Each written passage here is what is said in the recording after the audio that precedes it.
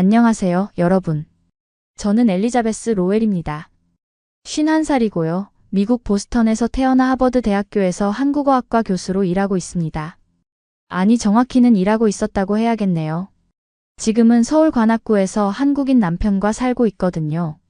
여러분도 궁금하실 거예요.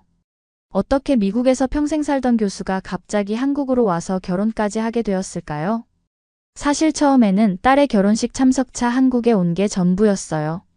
그런데 지금 보니 그 여행이 제 인생의 완전한 전환점이 되었습니다. 제가 한국에서 겪은 일들은 정말 드라마틱했어요. 딸이 한국 남자와 결혼한다고 했을 때의 복잡한 심정부터 한국의 놀라운 시스템들을 경험하면서 느낀 감동, 그리고 예상치 못한 사랑까지. 심지어 중간에 큰 시련도 있었죠. 인터넷에서 저를 두고 말도 안 되는 의혹들이 퍼지기도 했거든요. 하지만 결국 모든 것이 아름답게 마무리되었고, 지금 저는 한국에서 새로운 꿈을 펼쳐가고 있습니다. 어떤 이야기인지 정말 궁금하시죠? 그럼 지금부터 차근차근 들려드릴게요. 제가 경험한 한국은 정말 놀라운 나라였어요. 시스템도 체계적이고 사람들도 따뜻하고 무엇보다 새로운 가능성을 열어주는 곳이었거든요. 본 영상은 스토리를 재구성한 이야기입니다. 오늘 사연 시작하겠습니다. 구독과 좋아요는 구독자님께 행운을 드립니다. 여러분, 지금 제가 앉아있는 곳은 서울 관악구에 있는 작은 아파트입니다. 창밖으로는 관악산이 보이고요. 방금 전까지 남편 재원 씨와 함께 한영 공공교양센터 설립 계획서를 검토하고 있었어요. 누가 봐도 평범한 한국인 가정의 모습이죠? 하지만 1년 전만 해도 이런 상황은 상상조차 할 수 없었습니다. 그때 저는 미국 보스턴에서 한국어를 가르치는 냉철한 학자였거든요.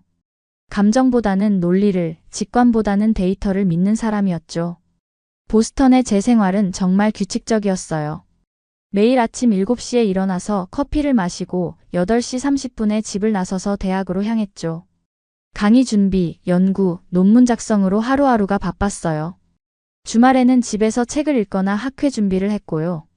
그런 제가 어떻게 한국에서 살게 되었을까요? 모든 건 딸 소피의 결혼식 때문이었어요. 소피는 25살인데 서울에서 교환학생을 하다가 한국 남자를 만나 결혼하겠다고 했죠. 처음엔 정말 당황스러웠어요. 소피에게서 그 소식을 들었을 때를 지금도 생생히 기억해요. 화상통화로 연결된 화면 속 소피의 표정이 정말 진지했거든요. 엄마, 중요한 얘기가 있어요. 제가 결혼하고 싶은 사람이 생겼어요. 처음에는 그냥 연애하는 줄 알았어요. 대학생이니까 연애할 수도 있는 거잖아요. 그런데 다음 말이 충격이었어요. 한국 사람이에요. 그리고 한국에 정착해서 살고 싶어요. 그 순간 머릿속이 하얘졌어요. 문화도 다르고 언어도 다른 사람과 결혼한다니 엄마로서는 걱정이 클 수밖에 없었거든요. 게다가 미국을 떠나서 한국에 정착한다는 것도 이해하기 어려웠어요. 소피, 정말 신중하게 생각해봤니? 문화적 차이, 언어 문제, 미래 계획까지 모든 걸 고려한 거야? 제가 계속 질문을 던지자 소피가 이렇게 답했어요. 엄마가 직접 와서 보시면 이해하실 거예요.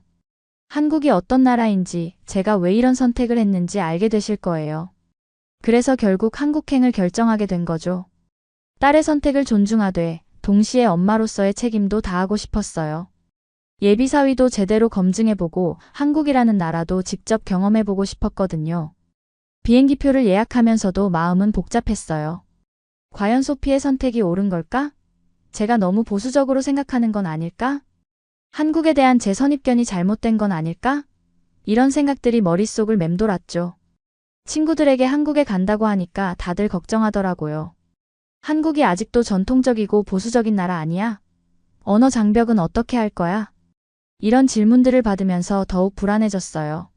하지만 지금 생각해보니 그 모든 경험들이 퍼즐 조각처럼 맞아떨어져서 오늘의 제가 되었네요.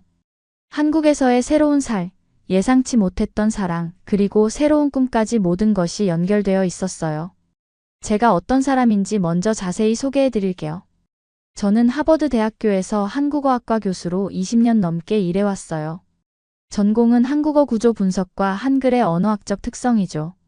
특히 한글의 과학적 체계에 대해서는 정말 자신이 있었어요. 제 연구실은 항상 정리정돈이 완벽했어요. 책들은 주제별로 분류되어 있고 논문들은 발표 연도 순으로 정리되어 있었죠. 학생들이 제 연구실에 오면 도서관보다 더 체계적이네요 라고 감탄하곤 했어요. 제 성격은 좀 까다로운 편이에요. 학생들 사이에서는 아이언 레이디라는 별명으로 불렸거든요. 감정보다는 근거를, 추측보다는 사실을 중시하는 스타일이죠. 강의할 때도 항상 정확한 자료와 논리적 근거를 바탕으로 했어요. 한글이 아름답다고 말하는 것만으로는 충분하지 않습니다. 왜 아름다운지, 어떤 점이 과학적인지 구체적으로 설명할 수 있어야 해요. 이런 식으로 학생들에게 항상 논리적 사고를 요구했죠. 처음에는 학생들이 부담스러워했지만 나중에는 이런 훈련이 얼마나 도움이 되는지 깨닫더라고요. 연구 분야에서는 특히 한글의 음성학적 특성을 집중적으로 연구했어요. 자음과 모음의 결합 원리, 받침의 음성 변화, 높낮이와 강세의 패턴까지 정말 세밀하게 분석했거든요. 한글은 단순히 표음 문자가 아닙니다. 발음 기관의 모양을 본떠 만든 표의 문자적 특성도 가지고 있어요. 이런 연구 결과들을 국제학회에서 발표할 때마다 많은 관심을 받았어요. 특히 서양 언어학자들이 한글의 독창성에 놀라워하는 모습을 볼 때 정말 뿌듯했어요. 소피는 제가 혼자 키웠습니다. 남편과는 소피가 어렸을 때 헤어졌거든요. 성격 차이와 가치관의 차이 때문이었어요. 그 이후로는 혼자 살겠다고 마음먹었죠. 그래서 소피를 더욱 철저하게 키웠어요.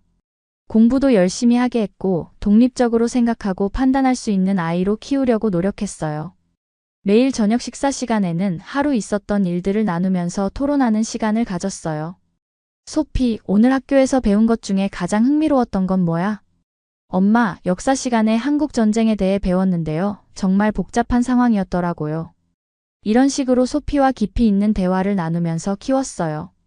그래서인지 소피는 어려서부터 자기 생각을 명확하게 표현하는 아이였어요. 그런 소피가 대학교 3학년 때 한국으로 교환학생을 간다고 했을 때도 처음엔 반대했어요. 물론 학문적으로는 한국에 대해 잘 알고 있었지만 실제 생활은 다른 문제였거든요. 아시아 문화에 대한 로망 때문에 현실을 제대로 못 보는 건 아닐까? 이런 걱정이 들었어요. 특히 한국의 가부장적 문화나 경쟁이 치열한 사회 분위기가 소피에게 맞을지 의문이었거든요. 하지만 소피는 제 성격을 닮아서 한번 결정하면 꺾이지 않더라고요. 한국어도 미리 공부하고 한국 문화에 대한 책도 읽어가면서 정말 준비성 있게 떠났어요. 엄마, 제가 한국에서 뭘 배우고 올지 기대해 주세요. 소피가 떠나기 전에 한 말이었어요. 그때는 단순히 1년 공부하고 올 거라고 생각했는데 설마 그곳에서 평생 반려자를 만날 줄은 몰랐죠. 1년 후 소피에게서 깜짝 놀랄 소식을 들었어요. 한국에서 만난 남자친구와 결혼하고 싶다는 거였죠. 그것도 한국에 정착해서 살겠다고 하더라고요. 솔직히 말하면 처음에는 반대했어요. 문화적 차이를 제대로 이해하고 있니? 언어 장벽은 어떻게 할 거야? 한국의 가부장적 문화에 적응할 수 있겠어? 이런 질문들을 계속 던졌죠. 인천공항에 도착했을 때의 첫인상은 정말 강렬했어요. 미국에서 온 제가 봐도 놀라운 수준의 시스템이었거든요. 비행기에서 내리자마자 느낀 건 공항의 청결함이었어요. 바닥이 거울처럼 반짝거리고 화장실도 정말 깨끗하더라고요. 먼저 공항 자체가 엄청나게 체계적이었어요. 표지판들이 한국어, 영어, 중국어, 일본어로 친절하게 되어 있고 길 찾기가 전혀 어렵지 않았죠. 특히 바닥에 있는 색깔별 안내선이 정말 도움이 됐어요. 출구는 노란색을 따라가세요. 환승은 파란색을 따라가세요. 이런 식으로 되어 있어서 처음 온 외국인도 쉽게 길을 찾을 수 있었어요. 입국 심사도 정말 빨랐어요. 미국 공항에서는 1시간씩 기다리는 것도 다반사인데 여기서는 10분 만에 끝났거든요. 게다가 직원들이 정말 친절하더라고요. 제가 서류를 찾지 못해 헤매고 있으니까 옆에서 도와주시더라고요. 서류가 어디 있으신지 모르겠다고요? 여기 보세요. 이 가방 주머니에 있네요. 이런 식으로 친절하게 도와주시는 모습에 첫인상이 정말 좋았어요. 그런데 진짜 놀라운 건 교통 시스템이었어요. 공항철도, 지하철, 버스가 모두 하나의 교통카드로 연결되어 있는 거였죠. 미국에서는 각 교통수단마다 따로 요금을 내야 하는데 한국은 정말 편리하게 되어 있었어요. 공항철도를 타면서도 놀랐어요. 좌석이 넓고 편안한 것은 물론이고 와이파이도 무료로 제공되더라고요. 게다가 차내 안내방송이 한국어와 영어로 친절하게 나오니까 전혀 불안하지 않았어요. 서울역에 도착해서 지하철로 환승할 때도 감탄했어요. 환승 거리가 생각보다 가깝고 안내 표지가 정말 명확하더라고요. 특히 엘리베이터와 에스컬레이터가 잘 설치되어 있어서 무거운 짐을 끌고 다니기 편했어요. 지하철을 타면서도 감탄했어요. 정시 운행은 기본이고 역마다 스크린도어가 설치되어 있어서 안전하더라고요. 게다가 와이파이도 무료로 제공되고 역 안내 방송도 한국어와 영어로 친절하게 해주죠. 다음 역은 종로 3가역입니다. The next station is JONGNO 3-가. 이런 식으로 정확하고 친절한 안내를 들으면서 한국의 서비스 정신에 감탄했어요. 소피가 마중 나와서 처음으로 한국의 모바일 시스템을 경험해 봤어요. 길찾기 앱, 지하철 앱, 심지어 배달 앱까지 모든 게 한국어와 영어를 지원하더라고요. 엄마, 이 앱 보세요. 지하철 실시간 도착 정보까지 나와요. 정말 신기했어요. 몇 분 후에 지하철이 올지 막차는 몇 시인지까지 다 나오더라고요. 특히 정부24라는 앱은 정말 놀라웠어요. 각종 민원을 집에서도 처리할 수 있다니 미국에서는 상상도 할 수 없는 일이었거든요. 주민등록 등본, 건강보험 납부 확인서, 심지어 세금 신고까지 모바일로 할 수 있어요. 소피의 설명을 들으면서 한국의 디지털 정부 시스템이 정말 앞서 있다는 걸 느꼈어요. 그런데 문화적 차이도 느꼈어요. 높임말이 이렇게 복잡한지 몰랐거든요. 소피가 설명해줘도 언제 어떤 높임말을 써야 하는지 헷갈리더라고요. 할머니께는 진짜 높임말을, 친구들한테는 반말을, 처음 만나는 사람에게는 존댓말을 써야 해요. 이런 미묘한 차이를 이해하는 게 쉽지 않았어요. 그리고 눈치라는 문화도 처음에는 이해하기 어려웠어요. 직접 말하지 않고도 상대방의 기분이나 상황을 파악해야 한다는 게 신기했거든요. 첫날 밤 호텔에서 하루를 정리하면서 생각해봤어요. 제가 가지고 있던 한국에 대한 선입견들이 하나둘씩 무너지고 있다는 걸 느꼈거든요. 적어도 시스템적인 면에서는 한국이 미국보다 앞선 부분들이 많았어요. 다음날 드디어 예비사위 김태성 씨를 만날 차례가 되었어요. 솔직히 말하면 엄청 긴장했거든요.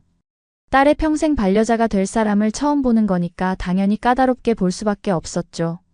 전날 밤에는 잠도 제대로 못 잤어요. 어떤 질문을 할지, 어떤 점을 중점적으로 봐야 할지 계속 생각했거든요. 심지어 질문 목록까지 만들어뒀어요. 만남 장소는 강남에 있는 한정식집이었어요. 태성 씨가 직접 예약해뒀더라고요. 소피가 설명해주길 태성 씨가 정말 신중하게 장소를 골랐다고 하더라고요. 한정식이면 어머니께서 한국 문화도 경험하시고 대화하기에도 좋을 거라고 생각해서 정했대요. 이런 배려심부터가 좋은 인상을 줬어요. 제가 도착했을 때 이미 태성 씨와 소피가 기다리고 있었는데 태성 씨가 일어나서 정중하게 인사를 하더라고요. 안녕하세요, 어머님.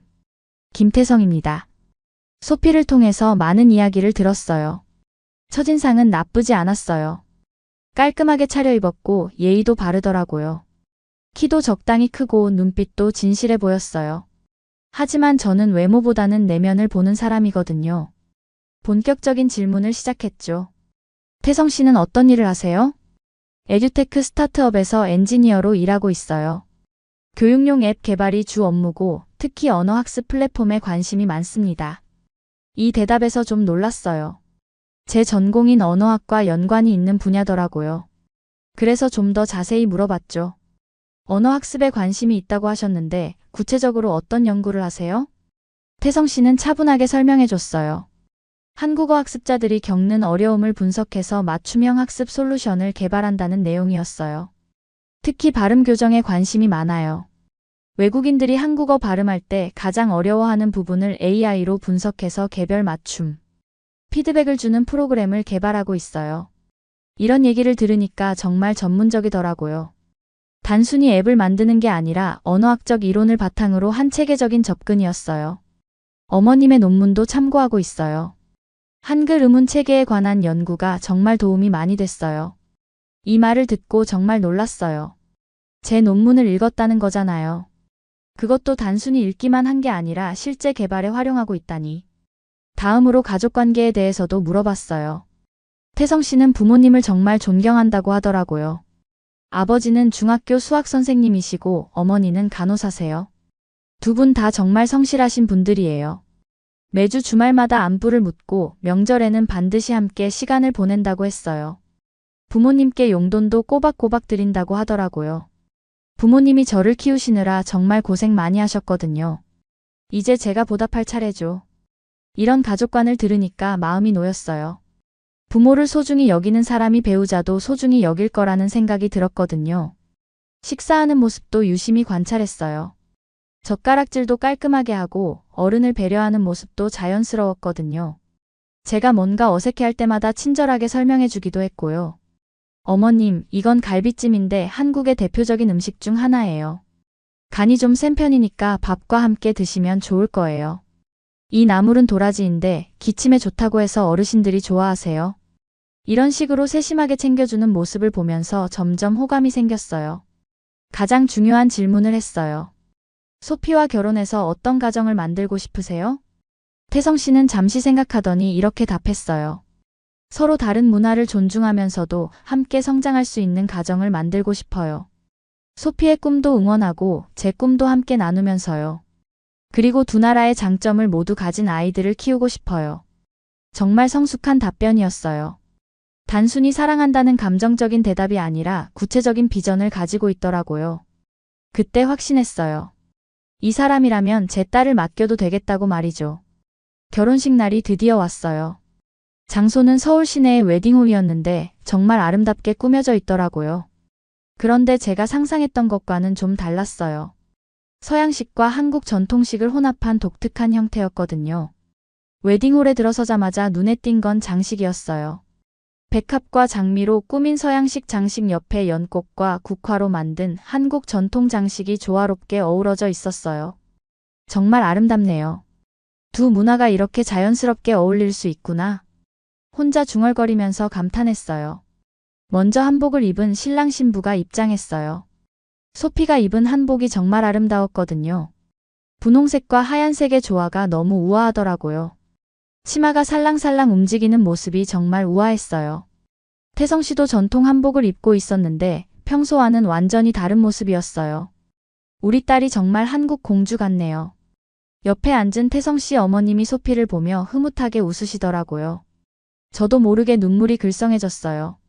전통 혼례 순서를 따라 진행되는데 하나하나가 다 의미가 있더라고요.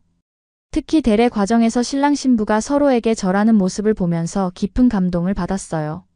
단순한 의례가 아니라 서로에 대한 존경과 약속을 표현하는 거더라고요.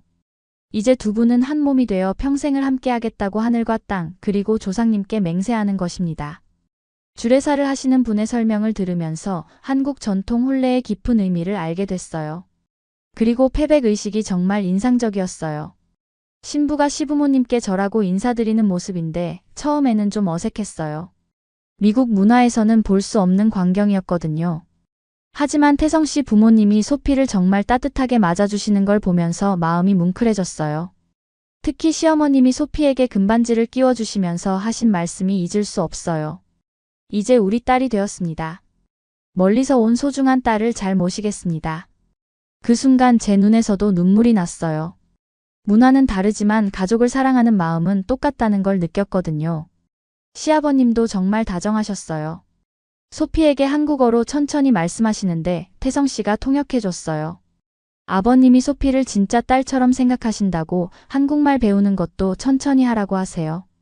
이런 따뜻한 배려를 받으면서 소피도 정말 감동받은 표정이었어요. 이어서 서양식 예식도 진행됐어요. 웨딩드레스로 갈아입은 소피가 다시 입장하는데 이번에는 제가 함께 걸었어요. 아이를 걸으면서 지난 25년간의 기억들이 스쳐 지나갔어요. 어렸을 때 처음 걸음마를 배우던 소피, 초등학교 입학식에서 떨던 모습, 고등학교 졸업식에서 자랑스러워하던 모습까지. 모든 순간들이 파노라마처럼 스쳐갔어요. 엄마, 정말 고마워요. 혼자 저를 키우시느라 얼마나 힘드셨을까요? 소피가 제 팔짱을 끼고 속삭이는 말에 또 눈물이 났어요. 서약서를 낭독하는 부분에서는 정말 울컥했어요. 태성 씨가 한국어로 먼저 서약하고 소피가 영어로 답하는 형식이었거든요. 두 나라의 언어로 사랑을 약속하는 모습이 정말 아름다웠어요. 나 김태성은 소피를 평생 사랑하고 보호하며 기쁠 때나 슬플 때나 함께 하겠습니다. I, 소피, 프라머스 투 러브 언드 체리시. TASUNG for the rest of my life, in good times and in bad. 이런 식으로 두 언어로 서약하는 모습이 정말 감동적이었어요. 주례사도 특별했어요. 태성 씨의 대학 선배님이 주례를 봤는데 정말 의미 깊은 말씀을 해주셨어요. 사랑은 언어를 넘어서고 문화의 경계를 허무는 것입니다. 두 분의 결합은 단순히 개인적인 사랑을 넘어서 두 나라를 잇는 다리가 될 것입니다. 이 말씀이 제 마음에 깊이 와 닿았어요. 피로연에서는 양가 가족들이 함께 어울렸어요. 처음에는 언어 때문에 소통이 어려울까 걱정했는데 생각보다 분위기가 화기애애했어요. 서로 번역해가면서 대화하는 모습이 정말 보기 좋았거든요. 특히 태성 씨 할머님께서 제게 다가와 손을 잡으시며 뭔가 말씀하시는데 태성 씨가 통역해줬어요. 할머님이 고마운 딸을 보내주셔서 감사하다고 하세요. 그리고 소피가 정말 예쁘다고 하시네요. 그때 정말 마음이 따뜻해졌어요. 90세가 넘으신 할머님이 이렇게 따뜻하게 맞아주시다니. 결혼식을 통해서 한국의 가족 문화를 제대로 느껴봤어요. 예의를 중시하면서도 따뜻한 정이 넘치는 문화더라고요. 제 걱정들이 하나둘씩 사라지는 순간이었어요. 그리고 무엇보다도 소피와 태성 씨가 정말 행복해하는 모습을 보면서 제 마음도 편해졌어요. 사랑은 정말 국경을 넘는다는 걸 느꼈거든요. 결혼식이 끝나고 가족들끼리 작은 뒤풀이 자리가 있었어요. 장소는 한강이 보이는 레스토랑이었는데 분위기가 정말 좋더라고요. 창밖으로 보이는 한강의 야경이 정말 아름다웠어요. 그런데 거기서 예상치 못한 만남이 기다리고 있었어요. 태성 씨가 누군가를 소개해줬어요. 어머님, 저희 대학 선배님이세요. 서울대 영문과 교수님이신 최재원 교수님입니다. 50대 중반쯤 되어 보이는 분이었는데 첫인상이 정말 좋았어요. 차분하면서도 지적인 느낌이 나더라고요. 정중하게 인사를 하시면서 유창한 영어로 말씀하시는 거예요. 하버드에서 한국어학을 가르치신다고 들었습니다. 정말 반갑습니다. 같은 언어학 분야에서 일하는 동료를 만나다니 영광입니다. 목소리도 좋고 말하는 것도 품위가 있더라고요. 무엇보다도 눈빛이 정말 따뜻했어요. 그런데 제가 더 놀란 건 재원 씨가 제 논문을 알고 있다는 거였어요. 한글의 음성학적 특성에 관한 제 연구를 언급하시는 거예요. 교수님의 한글 음운 체계의 과학적 분석이라는 논문을 정말 흥미롭게 읽었습니다. 특히 자음과 모음의 결합 원리에 대한 분석이 탁월하더군요. 이런 대화를 나눌 수 있는 사람을 한국에서 만날 줄은 몰랐어요. 자연스럽게 학문적 이야기로 빠져들게 됐죠. 사실 저도 언어학에 관심이 많아서 번역 이론을 연구하고 있어요. 특히 문학 작품을 번역할 때 발생하는 문화적 뉘앙스 차이에 대해서 고민이 많거든요. 이 말에 제가 확 끌렸어요. 번역은 단순히 언어를 바꾸는 게 아니라 문화를 전달하는 일이라고 생각하거든요. 둘이 완전히 몰입해서 대화를 나눴어요. 영어로 번역할 때 가장 어려운 한국어 표현이 뭔가요? 제가 물어봤어요. 재원 씨는 잠시 생각하더니 이렇게 답했어요. 정이라는 단어 같은 경우죠. 영어의 어펙션이나 어태치먼트로는 완전히 담아낼 수 없는 미묘한 감정이 있거든요. 정말 맞는 말이었어요. 저도 학생들에게 한국어를 가르치면서 항상 느끼는 어려움이었거든요. 한국의 정문화는 정말 특별한 것 같아요. 가족이 아닌데도 가족처럼 챙겨주고 오랫동안 관계를 유지하는 문화 말이에요. 재원 씨가 고개를 끄덕이면서 말했어요. 맞아요. 서양 문화의 개인주의와는 다른 독특한 공동체 문화죠. 대화를 나누면서 재원 씨가 정말 박식한 분이라는 걸 알게 됐어요. 동서양 문학을 넘나들며 이야기하는 모습이 인상적이었어요. 최근에 읽은 책 중에 흥미로운 게 있어요. 더 스피럿 캐처즈 유 언드 유 폴 다운이라는 책인데 문화적 차이가 얼마나 큰 문제를 일으킬 수 있는지 보여주는 사례예요. 저도 그 책을 읽어봤어요. 미국의 의료진과 몽족 가족 사이의 문화적 갈등을 다룬 책이었죠. 정말 인상적인 책이었어요. 언어뿐만 아니라 문화적 맥락을 이해하는 것이 얼마나 중요한지 보여주죠. 이런 식으로 깊이 있는 대화를 나누다 보니 시간 가는 줄 몰랐어요. 게다가 재원 씨의 유머 감각도 뛰어나더라고요. 교수님도 한국에서 강의해 보시는 게 어떨까요? 학생들이 정말 좋아할 것 같은데요. 이 제안에 제가 웃으며 대답했어요. 제 한국어 실력으로는 무리일 것 같은데요. 그럼 영어로 하시면 되죠. 요즘 대학들이 국제화에 관심이 많거든요. 특히 하버드 교수님이 오신다면 학생들이 정말 흥미로워할 거예요.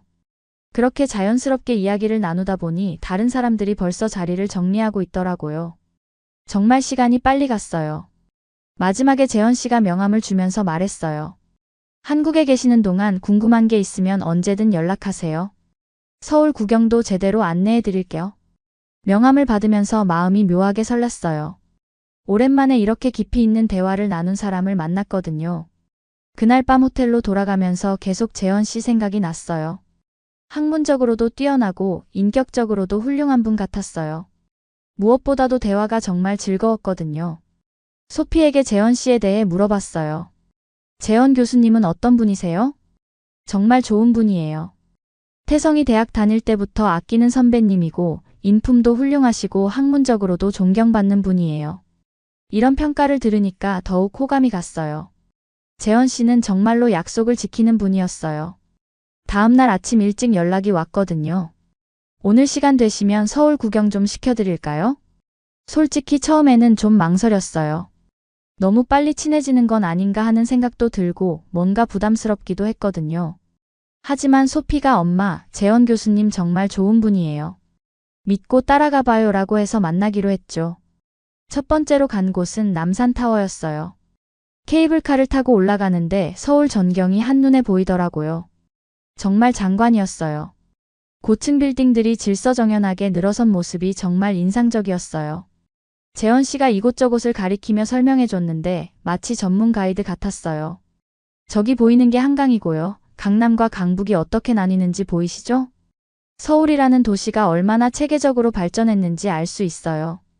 정말 그랬어요. 도시 전체가 하나의 작품처럼 조화롭게 어우러져 있더라고요.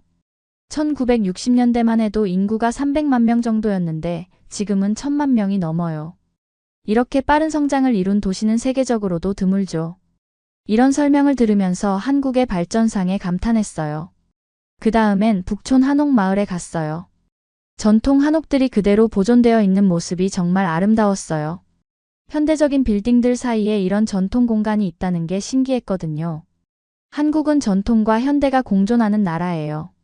새로운 걸 받아들이면서도 옛것을 잃지 않으려고 노력하죠. 재현 씨의 설명을 들으면서 한국에 대한 이해가 깊어졌어요. 단순히 관광지를 보는 게 아니라 그 안에 담긴 철학과 가치를 배우는 느낌이었어요. 한옥의 구조도 신기했어요. 기와지붕은 여름에는 시원하고 겨울에는 따뜻하게 해줘요. 온돌 시스템과 함께 한국만의 독특한 주거 문화를 만들어냈죠. 점심은 명동에서 먹었어요. 재현 씨가 추천해준 냉면집이었는데 정말 맛있더라고요. 특히 면을 젓가락으로 먹는 방법을 가르쳐줄 때 재미있었어요. 면을 너무 길게 들어 올리지 마시고 적당히 말아서 드세요. 처음에는 어려워도 금방 익숙해지실 거예요. 재현 씨가 직접 시범을 보여주면서 친절하게 가르쳐줬어요. 오후에는 한강공원에 갔어요. 자전거를 빌려서 한강변을 따라 라이딩을 했는데 정말 상쾌했어요. 중간중간 쉬면서 대화를 나누는 시간도 좋았고요. 한국 사람들이 한강을 얼마나 사랑하는지 아세요? 스트레스 받을 때나 힘들 때 한강에 와서 치킨이나 라면을 먹으면서 마음을 달래는 문화가 있어요. 재현 씨가 말하는 한강 이야기가 흥미로웠어요. 단순한 강이 아니라 서울 사람들의 쉼터 역할을 한다는 게 인상적이었거든요. 야경도 정말 아름다워요. 저녁에 시간 되시면 한번 보여드릴게요. 이런 제안을 받으니까 마음이 설렜어요. 저녁에는 홍대 근처의 카페에 갔어요. 그런데 이 카페가 정말 특별했어요. 24시간 운영하는 스터디 카페였는데 대학생들이 밤늦게까지 공부하고 있더라고요. 한국 학생들의 학습 열정은 정말 대단해요. 이런 문화가 한국의 교육 수준을 높이는 원동력이죠. 재현 씨와 함께 차를 마시면서 한국의 교육 문화에 대해 깊이 있는 대화를 나눴어요. 경쟁이 치열하다는 부작용도 있지만 배움에 대한 열정 자체는 정말 인상적이었어요. 부모들도 자녀 교육에 정말 열성적이에요. 사교육비 부담이 크다는 문제는 있지만 교육을 통해 계층 이동이 가능하다는 믿음이 강해요. 다음 날에는 지하철을 이용해서 여러 곳을 다녀봤어요. 재현 씨가 교통카드 사용법부터 환승하는 방법까지 친절하게 알려줬거든요. 그런데 정말 놀라운 건 지하철의 정시성이었어요. 2분 늦는다고 사과 방송이 나오네요. 제가 신기해하니까 재현 씨가 웃으면서 설명해줬어요. 한국 사람들은 시간 약속을 정말 중요하게 생각해요. 특히 대중교통은 사회 전체의 신뢰와 연결되어 있거든요. 병원에도 가봤어요. 재원 씨가 건강검진을 받아보라고 권해서요. 예약 시스템부터 진료 과정까지 모든 게 체계적이었어요. 한국의 의료 시스템은 정말 효율적이에요. IT 기술과 의료가 잘 결합되어 있거든요. 검진 결과도 바로 나오고 설명도 자세히 해줘서 정말 만족스러웠어요. 일주일 동안 재원 씨와 함께 서울을 둘러보면서 정말 많은 걸 배웠어요. 한국이라는 나라가 얼마나 체계적이고 효율적인지, 그러면서도 사람의 정이 살아있는 곳인지 알게 됐거든요. 무엇보다도 재원 씨와 함께 있으면 정말 편안했어요. 깊이 있는 대화도 나눌 수 있고 유머도 있고 배려심도 깊은 분이었거든요. 그런데 평화로웠던 한국 생활에 갑자기 큰 파도가 몰아쳤어요. 어느 날 아침 소피가 걱정스러운 표정으로 제게 다가왔거든요. 엄마, 이거 좀 봐주세요. 인터넷에서 엄마에 대한 이상한 영상이 올라왔어요. 소피가 보여준 건 인터넷 영상이었어요. 제목이 정말 자극적이더라고요. 하버드 교수와 서울대 교수의 초고속 로맨스, 과연 순수한 사랑일까? 영상을 올린 사람은 윤상민이라는 프리랜서 칼럼니스트였어요. 40대 초반으로 보이는 남성이 카메라 앞에서 심각한 표정으로 말하고 있었어요. 여러분, 오늘은 정말 충격적인 이야기를 가져왔습니다. 최근 한 미국 교수가 한국에 와서 불과 몇 주 만에 국립대 교수와 결혼을 발표했다는 소식이 들어왔는데요. 제 심장이 쿵쾅거리기 시작했어요. 설마 저 이야기인가 싶어서요. 더 놀라운 건 이 미국 교수의 사위가 한국의 유명 스타트업에 취업했다는 겁니다. 과연 이게 우연의 일치일까요? 윤상민은 계속해서 의혹을 제기했어요. 제가 재원 씨와의 관계를 이용해서 태성 씨의 취업에 영향을 줬다는 거였어요. 국민 세금으로 운영되는 국립대학교 교수가 이런 식으로 사적 이익을 추구해도 되는 건가요? 외국인이라고 해서 우리나라 법과 윤리를 무시해도 되는 건가요? 윤상민의 목소리에는 분노가 가득했어요. 마치 정의를 위해 싸우는 사람처럼 보였어요. 더 심각한 건 대학 간 특혜 교류 의혹입니다. 하버드와 서울대 사이에 어떤 거래가 있었던 건 아닐까요? 이런 근거 없는 의혹까지 제기하더라고요. 영상 아래 댓글들을 보니까 정말 충격적이었어요. 대부분이 저를 비난하는 내용들이었거든요. 역시 외국인들은 다른 애 특혜받으려고 한국 온 거 아니야? 우리나라를 만만하게 보는 것 같다. 한국 남자들 호구로 보나? 이런 댓글들을 보면서 정말 마음이 아팠어요. 제가 한국에서 경험한 따뜻함과는 정반대의 반응들이었거든요. 더 충격적인 건 조회수였어요. 하루 만에 10만 뷰를 넘어섰더라고요. 그리고 계속 늘어나고 있었어요. 재원 씨에게 전화를 걸었어요. 목소리가 평소보다 침울하더라고요. 교수님, 이미 알고 계시는군요. 학과 게시판에도 비슷한 글들이 올라오고 있어요. 어떻게 해야 할까요? 이런 오해를 받을 줄은 몰랐어요. 재원 씨는 잠시 생각하더니 차분하게 말했어요. 일단 침착하게 대응해야 해요. 감정적으로 반응하면 더 큰 오해를 불러일으킬 수 있거든요. 그날 밤 잠을 이룰 수가 없었어요.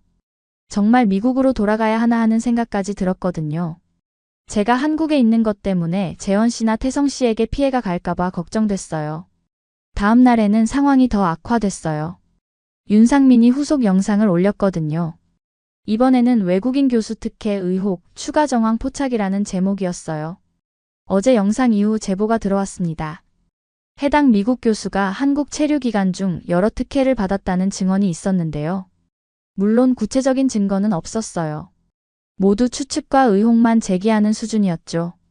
하지만 인터넷에서는 이미 기정사실처럼 받아들여지고 있었어요.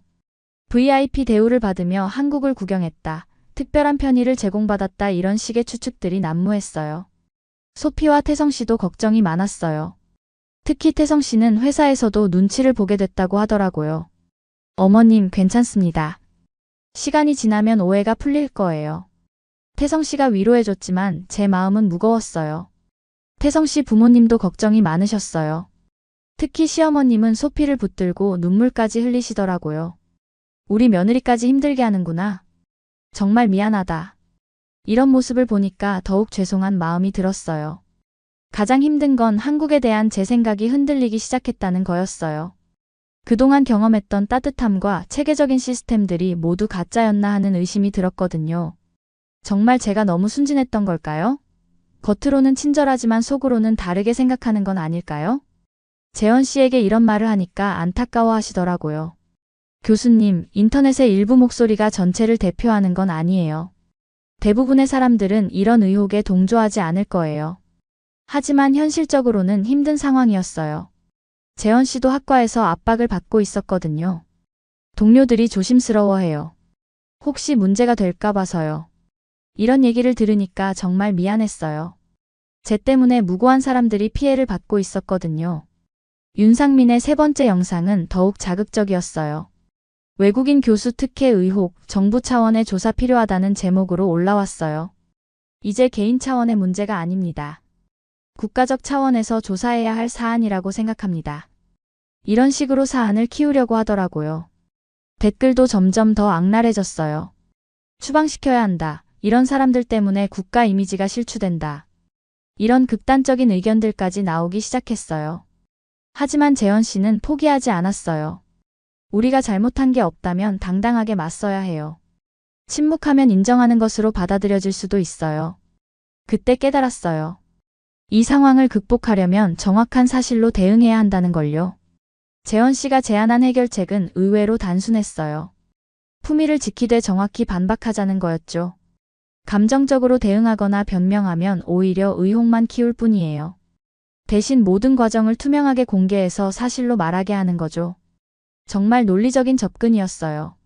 학자다운 방법이었죠. 다음 날 재원 씨와 함께 구청 외국인지원센터에 갔어요. 박지연 팀장님이 저희를 도와주셨는데 정말 전문적이고 체계적으로 일을 처리하시더라고요. 혼인신고 절차부터 체류 자격 변경까지 모든 과정이 법적 절차에 따라 진행됐어요. 이 모든 기록이 다 남아있거든요. 박 팀장님은 저희가 거쳐온 모든 행정 절차를 차근차근 정리해줬어요. 입국 일자, 혼인신고 접수일, 체류 자격 변경 신청일까지 모든 게 명확했어요. 특별한 절차나 특혜는 전혀 없었어요. 모든 외국인이 거치는 일반적인 과정이었죠. 이런 공식적인 확인을 받으니까 마음이 좀 놓였어요. 태성 씨의 취업 과정도 투명하게 공개하기로 했어요. 회사 인사팀에 요청해서 채용 관련 모든 자료를 준비했죠. 저는 공개 채용을 통해 정당하게 입사했어요. 서류 전형, 코딩 테스트, 면접까지 모든 과정을 거쳤거든요. 태성 씨는 자신의 채용 과정을 상세히 설명했어요. 채용 공고가 올라간 날짜, 지원서 제출일, 시험 일정까지 모든 게 기록되어 있었어요. 어머님과는 입사 후에 인사드린 거고 재원 교수님과도 그때 처음 뵈었거든요. 시간상으로 봐도 제 채용과는 전혀 관련이 없어요. 이런 객관적인 자료들을 정리하니까 윤상민의 주장이 얼마나 근거 없는지 명확해졌어요. 재원 씨도 대학 내 교원 윤리 규정을 찾아봤어요. 혹시 문제가 될 만한 부분이 있는지 꼼꼼히 검토했죠.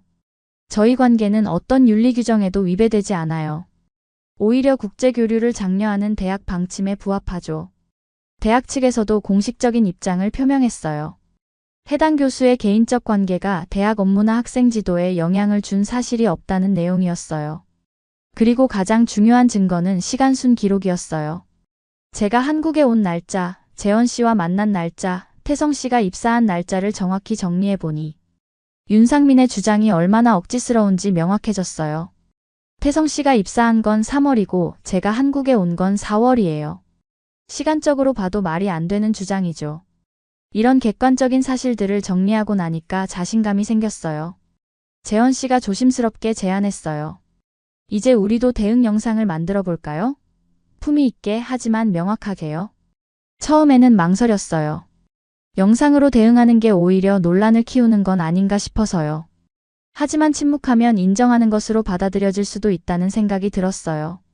대응 영상은 정말 신중하게 만들었어요. 감정적인 표현은 최대한 자제하고 팩트만 차근차근 설명하는 방식으로요. 안녕하세요. 최근 저에 대한 의혹이 제기되어 직접 해명드리고자 합니다. 먼저 모든 과정을 시간순으로 정리해서 설명드리겠습니다. 영상에서 저는 차분하게 모든 경위를 설명했어요. 딸의 결혼식 참석차 한국에 온 것, 재원 씨와 우연히 만나게 된 과정, 태성 씨의 취업이 저와는 전혀 무관하다는 점 등을요. 재원 씨도 함께 나와서 대학의 국제 교류 정책과 윤리 규정에 대해 설명했어요. 태성 씨는 본인의 취업 과정을 투명하게 공개했고요. 저희는 숨길 것도 없고 부끄러워할 것도 없습니다. 모든 과정이 투명하고 정당했으니까요. 영상을 올리고 나서 반응을 지켜봤어요. 처음에는 여전히 의혹의 눈초리들이 많았지만 점차 이해하는 댓글들이 늘어나기 시작했어요. 사실을 보니까 억울하게 몰린 것 같네요. 시간표를 보니까 말이 안 되는 의혹이었네요. 이런 댓글들이 달리기 시작했어요. 그리고 며칠 후 놀라운 일이 일어났어요. 윤상민이 사과 영상을 올린 거예요. 최근 제가 올린 영상에 대해 사과드립니다. 충분한 검증 없이 의혹만 제기한 것은 잘못된 행동이었습니다. 영상에서 윤상민은 솔직하게 자신의 상황을 털어놨어요. 구독자 경쟁 압박과 광고 수익에 대한 부담 때문에 자극적인 콘텐츠를 만들게 됐다고요. 개인적인 학벌 콤플렉스도 있었던 것 같습니다. 명문대 교수들에 대한 부정적 감정이 객관적 판단을 흐렸어요. 이 사과를 보면서 윤상민도 나쁜 사람은 아니라는 생각이 들었어요. 다만 구조적인 압박과 개인적 콤플렉스가 만나서 잘못된 행동을 하게 된 거죠. 앞으로는 더 신중하게 콘텐츠를 만들겠습니다. 그리고 건전한 비판과 견제의 역할을 하는 유튜버가 되겠습니다. 이런 진심 어린 사과를 보니까 마음이 풀렸어요. 의혹 사건이 정리되고 나서 며칠 후 재원 씨가 특별한 제안을 했어요.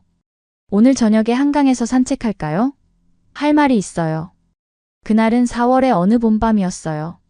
낮에 비가 와서 공기가 정말 깔끔했고 한강변에는 벚꽃이 흩날리고 있었어요.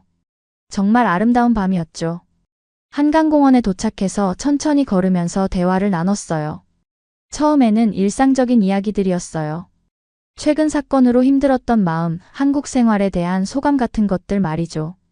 정말 힘든 시간이었지만 교수님이 옆에 있어서 견딜 수 있었어요. 제가 이렇게 말하니까 재원 씨가 미소를 지으며 대답했어요. 저도 마찬가지예요. 혼자였다면 어떻게 헤쳐나갔을지 모르겠어요. 그런데 갑자기 재원 씨가 걸음을 멈추더니 저를 바라봤어요. 무언가 중요한 말을 하려는 표정이었어요. 엘리자베스 교수님, 솔직한 마음을 말씀드려도 될까요? 저도 왠지 모르게 긴장이 됐어요. 분위기가 평소와 달랐거든요. 지난 몇 주 동안 교수님과 함께 시간을 보내면서 정말 많은 걸 느꼈어요. 학문적으로도 그렇고 인간적으로도 그렇고요. 재원 씨의 목소리가 평소보다 부드러웠어요. 저는 오랫동안 혼자 살아왔어요. 학문에만 전념하면서 개인적인 감정은 뒤로 미뤄왔죠. 그런데 교수님을 만나면서 그런 제 자신이 얼마나 메마른 사람이었는지 깨달았어요. 저도 비슷한 마음이었어요. 소피를 키우느라 개인적인 행복은 뒤로 미뤄왔거든요. 재원 씨는 잠시 말을 멈추더니 다시 입을 열었어요. 저희는 서로의 논문처럼 천천히 읽으면 됩니다. 급하게 결론을 내리지 말고 한 페이지씩 차근차근 이해해가면서요. 이 말이 정말 가슴에 와 닿았어요. 학자다운 고백이면서도 정말 로맨틱했거든요. 저도 교수님과 함께 있으면 마음이 편해져요. 깊이 있는 대화를 나눌 수 있는 사람을 만나기가 쉽지 않은데요. 그렇게 서로의 마음을 확인하고 나니까 자연스럽게 미래에 대한 이야기로 이어졌어요. 저는 미국으로 돌아가야 해요. 학교 일도 있고 정리할 것들도 많거든요. 재원 씨가 고개를 끄덕였어요. 당연히 그래야죠. 저도 기다릴 준비가 되어 있어요. 그런데 제가 이미 마음속으로 결정한 게 있었어요. 미국 대학과 협의해서 1년간 연구년을 서울에서 보내는 거였죠. 사실 제가 이미 알아본 게 있어요. 하버드에서 1년 연구년을 받을 수 있을 것 같아요. 한국어 교육 프로그램 개발을 위한 현지 연구라는 명목으로요. 재원 씨의 눈이 반짝였어요. 정말요? 그럼 우리가 함께 할 수 있는 프로젝트도 생각해 볼 수 있겠네요. 바로 그거였어요. 저희는 단순히 개인적인 관계만 생각하는 게 아니라 학문적 협력도 꿈꾸고 있었거든요. 한국과 미국을 잇는 공공교양 강연 프로그램은 어떨까요? 두 나라의 문학과 언어를 비교해서 일반 시민들에게 소개하는 거죠. 이 아이디어에 저도 완전히 빠져들었어요. 학자로서 오랫동안 꿈꿔왔던 일이었거든요. 상아탑에만 머물지 않고 일반 시민들과 지식을 나누는 거요. 한국의 시민 강연 문화가 정말 발달되어 있더라고요. 도서관마다 다양한 프로그램이 있고 사람들의 참여도도 높고요. 재원 씨가 맞장구 쳤어요. 맞아요. 평생교육에 대한 관심이 정말 높아요. 특히 어르신들의 학습 열애는 놀라울 정도예요. 생활 속 언어학이라는 주제로 강의하면 어떨까요? 일상에서 쓰는 언어의 과학적 원리를 쉽게 설명하는 거죠. 재현 씨도 아이디어를 보탰어요. 번역의 묘미도 좋을 것 같아요. 문학 작품을 함께 읽으면서 번역의 어려움과 재미를 경험해 보는 거죠. 그렇게 개인적인 사랑과 학문적 비전이 하나로 연결되는 순간이었어요. 저희는 단순히 연인이 아니라 같은 꿈을 가진 동반자가 되는 거였죠. 한강을 바라보면서 재현 씨가 마지막으로 말했어요. 교수님, 우리가 만든 이 다리가 많은 사람들에게 도움이 되었으면 좋겠어요. 언어와 문화의 다리, 그리고 두 나라를 잇는 다리 말이에요. 그 말을 들으면서 확신했어요. 제 선택이 옳다는 걸요. 이 사람과 함께라면 정말 의미 있는 일들을 할 수 있을 것 같았거든요. 6개월 후 저희는 정말 조용하고 아름다운 결혼식을 올렸어요. 큰 웨딩홀 대신 작은 교회를 빌려서 가족과 가까운 동료들만 초대했죠. 총 30명 정도의 소규모 결혼식이었어요. 준비 과정부터가 특별했어요. 저는 한복과 간단한 드레스를 준비했고 재현 씨는 전통 한복과 정장을 마련했어요. 모든 게 소박하지만 정성이 가득했죠. 가장 고민했던 건 서양문이었어요. 한국어로 할지 영어로 할지 아니면 두 언어를 다 사용할지 말이에요. 결국 두 언어로 번갈아가며 서약하기로 했어요. 두 나라의 언어로 서약하는 게 우리 관계를 가장 잘 표현하는 것 같아요. 재현 씨의 제안이었는데 정말 좋은 아이디어였어요. 결혼식 당일 아침 정말 떨렸어요. 51살에 다시 결혼한다는 게 현실처럼 느껴지지 않았거든요. 소피가 옆에서 격려해줬어요. 엄마, 정말 아름다워요. 재현 교수님이 엄마를 얼마나 사랑하는지 보여요. 소피도 정말 예뻤어요. 하늘색 드레스를 입고 저를 도와주는 모습이 천사 같았어요. 예식장에 들어갔을 때 재현 씨의 표정을 잊을 수가 없어요. 정말 행복해 보였거든요. 저도 마음이 뭉클해졌죠. 주례는 재현 씨의 오랜 친구이신 목사님이 봐주셨어요. 주례사도 정말 감동적이었어요. 사랑은 언어를 번역하는 것이 아닙니다. 마음과 마음이 직접 소통하는 것이죠. 배려는 번역보다 깊습니다. 오늘 두 분의 결합은 개인적인 사랑을 넘어서 두 문화를 잇는 다리가 될 것입니다. 이 말씀이 정말 명대사였어요. 바로 저희 관계를 표현하는 말이었거든요. 서양문 낭독 순서가 왔어요. 재현 씨가 먼저 한국어로 서약했어요. 엘리자베스, 당신과 함께 새로운 문화를 만들어 가겠습니다. 서로 다른 배경을 가진 우리가 하나의 아름다운 이야기를 써내려 가겠습니다. 당신의 꿈을 응원하고 함께 성장해 가겠습니다. 그 다음 제가 영어로 답했어요. 재현, 당신과 함께라면 어떤 언어의 벽도 넘을 수 있을 것 같아요. 우리의 사랑이 두 나라를 잇는 다리가 되길 바라며 평생 당신과 함께 배우고 성장해 가겠습니다. 반지 교환을 할 때는 정말 감격스러웠어요. 평생 혼자 살 거라고 생각했는데 이렇게 소중한 사람을 만나게 될 줄 몰랐거든요. 축가 대신 양가 가족들이 돌아가며 손편지를 낭독해줬어요. 소피의 편지가 가장 감동적이었어요. 엄마, 제가 한국에서 사랑을 찾았듯이 엄마도 한국에서 새로운 사랑을 찾으셨네요. 우리 가족이 더 커져서 정말 기뻐요. 재현 교수님, 제 엄마를 잘 부탁드려요. 태성 씨의 부모님도 따뜻한 편지를 써주셨어요. 비록 언어는 달랐지만 통역을 통해 마음이 전해졌어요. 이제 진짜 가족이 되었습니다. 멀리서 오신 소중한 딸을 잘 모시겠습니다. 두 분의 행복을 진심으로 축복합니다. 피로연은 더욱 소박했어요. 근처 한정식집에서 간단하게 식사를 하면서 이야기꽃을 피웠죠. 한국 음식과 서양 음식이 조화롭게 차려져 있었어요.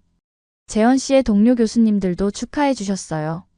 국제적인 학자 커플의 탄생이네요. 앞으로 좋은 연구 성과가 나올 것 같아요. 그날 밤 신혼집에서 재현 씨와 대화를 나눴어요. 정말 꿈 같은 하루였거든요. 우리가 정말 결혼했네요. 아직도 믿어지지 않아요. 재현 씨가 제 손을 잡으며 말했어요. 이제 진짜 시작이에요. 우리만의 새로운 이야기를 만들어가는 거죠. 결혼한 지 6개월이 지난 지금 저는 서울에서 완전히 새로운 삶을 살고 있어요. 하버드와 서울대 사이의 공공인문 강좌 프로젝트가 본격적으로 시작됐거든요. 매주 화요일과 목요일에는 시민들을 위한 생활 속 언어학 강좌를 열어요. 한글의 과학성부터 영어와 한국어의 차이점까지 쉽고 재미있게 설명하죠. 특히 50대 이상 수강생들의 열의가 대단해요. 선생님, 한글이 이렇게 체계적인 문자인 줄 몰랐어요. 우리가 매일 쓰는 글자에 이런 과학이 숨어 있다니. 이런 반응을 들을 때마다 정말 보람을 느껴요. 학문이 일반 시민들에게 직접 도움이 되는 걸 보는 기쁨이 크거든요. 재원 씨와 함께하는 번역학교도 인기가 많아요. 문학작품을 함께 읽으면서 번역의 묘미를 배우는 프로그램인데 참가자들이 정말 적극적이에요. 영어와 한국어는 단순히 언어가 다른 게 아니라 사고방식 자체가 다르네요. 번역이 이렇게 어려운 일인 줄 몰랐어요. 이런 깨달음을 얻는 모습을 보면 교육자로서 큰 성취감을 느껴요. 개인적으로는 한국 생활에 완전히 적응했어요. 이제 지하철 환승도 자유자재고 온라인 쇼핑도 능숙하게 해요. 심지어 김치도 직접 담글 수 있게 됐어요. 여보, 이번 김치는 정말 맛있네요. 시어머님께 배운 보람이 있어요. 재원 씨가 칭찬해주면 정말 뿌듯해요. 소피와 태성 씨에게는 더 기쁜 소식이 있어요. 첫 아기를 임신했거든요. 이제 곧 할머니가 되는 거예요. 아기 이름도 벌써 고민하고 있어요. 한국 이름과 영어 이름을 모두 가질 예정이거든요. 엄마, 아기가 세계 국어를 할 수 있을 것 같아요. 한국어, 영어, 그리고 사랑의 언어까지요. 소피의 농담에 모두 웃음을 터뜨렸어요. 최근에는 더 큰 프로젝트도 준비하고 있어요. 한영 공공교양센터를 정식으로 설립하는 거예요. 정부와 대학의 지원을 받아서 더 체계적인 프로그램을 운영할 계획이거든요. 특히 어르신들을 위한 생활 한국어, 생활 영어 강좌는 정말 의미 있는 일이에요. 글로벌 시대의 언어 장벽 때문에 소외되는 분들이 없도록 돕는 거죠. 우리 나이에도 영어를 배울 수 있을까요? 걱정하시는 분들께 항상 이렇게 말씀드려요. 나이는 숫자일 뿐이에요. 배우고자 하는 마음이 있으면 언제든 가능해요. 실제로 70대 할머니께서 영어로 외국인 관광객과 대화하시는 모습을 보면 정말 감동이에요. 처음에는 안녕하세요도 어려워하시던 분이 이제는 어디서 오셨어요? 한국 음식 중에 뭘 제일 좋아하세요? 까지 유창하게 말씀하시거든요. 재원 씨와의 결혼 생활도 정말 행복해요. 아침마다 함께 관악산을 산책하고 저녁에는 차를 마시며 하루 있었던 일들을 나눠요. 때로는 학문적 토론을 하다가 밤늦게까지 이야기하기도 하죠. 당신과 결혼한 게 제 인생 최고의 선택이었어요. 재원 씨가 종종 하는 말이에요. 저도 정말 같은 마음이거든요. 가끔 미국에서 온 동료들이 방문해요. 모두들 제 변화에 놀라더라고요. 엘리자베스, 정말 행복해 보여요. 한국이 당신에게 새로운 활력을 준 것 같네요. 보스턴에 있을 때보다 훨씬 생기가 넘쳐요. 맞는 말이에요. 한국은 저에게 새로운 사랑뿐만 아니라 새로운 꿈과 희망을 줬거든요. 윤상민 씨와도 나중에 완전히 화해했어요. 그분도 진심으로 반성하시고 이제는 건전한 콘텐츠를 만들기 위해 노력하고 계세요. 심지어 저희 강좌를 홍보하는 영상도 만들어주셨어요. 교수님들의 이야기가 정말 감동적이에요. 진정한 국제 교류의 모범 사례라고 생각해요. 제가 예전에 편견을 가지고 있었던 게 부끄러워요. 이런 말을 들으니까 그때의 힘든 시간들도 의미가 있었다는 생각이 들어요. 시련을 통해 더 강해진 거죠. 박지연 팀장님은 여전히 저희 가족의 든든한 지원군이에요. 행정적인 일들을 도와주실 뿐만 아니라 개인적으로도 좋은 친구가 되어주셨거든요. 엘리자베스 씨 덕분에 저희 센터도 유명해졌어요. 성공적인 정착 사례로 계속 언급되고 있거든요. 다른 외국인분들도 용기를 얻고 있어요. 이런 말씀을 들으면 정말 뿌듯해요. 제가 한국 사회에 조금이나마 기여하고 있다는 느낌이 들거든요. 요즘은 책도 쓰고 있어요. 51세 한국에서 시작한 두 번째 인생이라는 제목으로요. 제 경험을 통해 다른 분들에게도 용기를 주고 싶어서요. 나이가 들어도 새로운 도전은 가능해요. 중요한 건 열린 마음과 배우려는 자세요. 편견을 버리고 직접 경험해보는 거예요. 이 메시지를 많은 분들께 전하고 싶어요. 특히 50대 이상 분들에게 말이에요. 지금 이 순간에도 한강을 바라보며 재원 씨와 함께 내일 강의 준비를 하고 있어요. 창밖으로는 관악산이 보이고 테이블 위에는 한영사전과 강의 자료들이 놓여 있어요. 여보, 내일 수강생들이 정말 좋아할 것 같아요. 특히 속담 비교 부분은 정말 재미있을 거예요. 재원 씨가 제 어깨를 다독이며 말해요. 내일은 한국 속담과 영어 속담 비교하기 강의가 있거든요. 그래요. 저희가 하는 일은 단순히 언어를 가르치는 게 아니에요. 사람과 사람 사이의 다리를 놓는 일이죠. 문화와 문화 사이의 벽을 허무는 일이고요. 1년 전만 해도 상상할 수 없었던 일들이에요. 딸의 결혼식에 참석하러 왔다가 제 인생의 완전한 전환점을 맞게 될 줄은 꿈에도 몰랐거든요. 하지만 지금 돌이켜보니 모든 게 운명이었던 것 같아요. 소피가 한국을 선택한 것도, 제가 태성 씨를 인정하게 된 것도, 재원 씨와 만난 것도 모두 연결되어 있었어요. 한국은 저에게 정말 많은 걸 가르쳐 줬어요. 효율적인 시스템의 중요성, 사람에 대한 배려, 그리고 새로운 것을 받아들이는 열린 마음까지요. 무엇보다도 나이와 상관없이 새로운 도전을 할 수 있다는 용기를 줬어요. 앞으로도 계속 이곳에서 살면서 더 많은 사람들에게 도움이 되고 싶어요. 언어와 문화의 다리 역할을 하면서 두 나라를 더 가깝게 만드는 일에 기여하고 싶거든요. 사랑과 교양은 정말 국경을 넘어요. 제 경험이 그것을 증명하죠. 나이도, 국적도, 언어도 진정한 만남 앞에서는 장벽이 될 수 없어요. 지금 이 순간이 정말 행복해요. 사랑하는 사람과 함께 의미 있는 일을 하면서 새로운 꿈을 키워가고 있으니까요. 여러분도 언제든 새로운 시작을 할 수 있어요. 나이는 정말 숫자일 뿐이거든요. 중요한 건 도전하는 용기와 배우려는 마음이에요. 제 이야기가 여러분에게 작은 용기라도 될 수 있었으면 좋겠어요. 사랑과 꿈은 언제든 다시 시작할 수 있으니까요. 한국이라는 나라가 저에게 그런 기회를 줬듯이 여러분에게도 새로운 기회가 기다리고 있을 거예요. 지금도 창밖으로 보이는 서울의 야경이 정말 아름다워요. 이 도시에서, 이 나라에서 제 인생 2막이 시작된 거예요. 정말 감사한 마음뿐입니다.